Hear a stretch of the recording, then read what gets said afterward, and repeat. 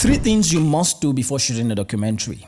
Gather your village people. Let's talk about it. Documentary filmmaking is my forte because I love to tell stories and I tell stories very well. In all of these years of shooting documentaries for brands, international organizations, government organizations and the likes, there are a couple of things I have learned over this period of time. But I've put all of that into 3 fundamental things you have to do before you film every single documentary.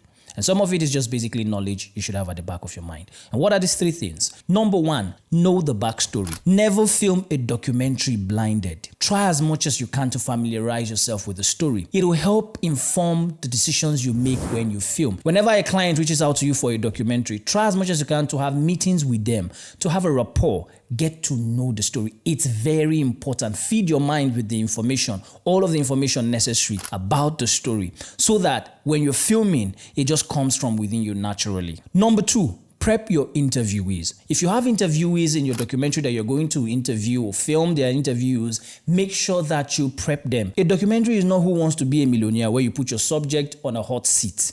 No. Send them the questions ahead of time. Let them go over it. Now, you might be flexible when you're filming the interview and let them know actually that you're going to ask some questions that might pop up at the end of the day when you're filming the interview, but have them prepared. One of the things that will do for you is that it will keep your subject or your interviewee is very relaxed. They'll know that this person is not after me. They will be at peace and not feel any level of hostility towards you. Now, when you begin to shoot, you can deviate from the questions here and there. Maybe as they answer, some other questions might pop up, but at least make sure they are prepared. And then number 3, allow the story tell itself.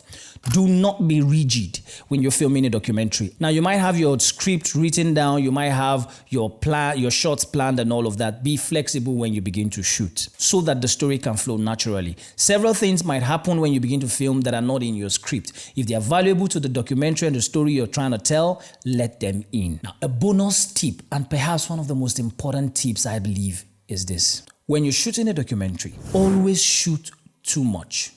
Never shoot less. So film as much as you can. Capture as many B-rolls, as many cutaways, as much as you can capture them.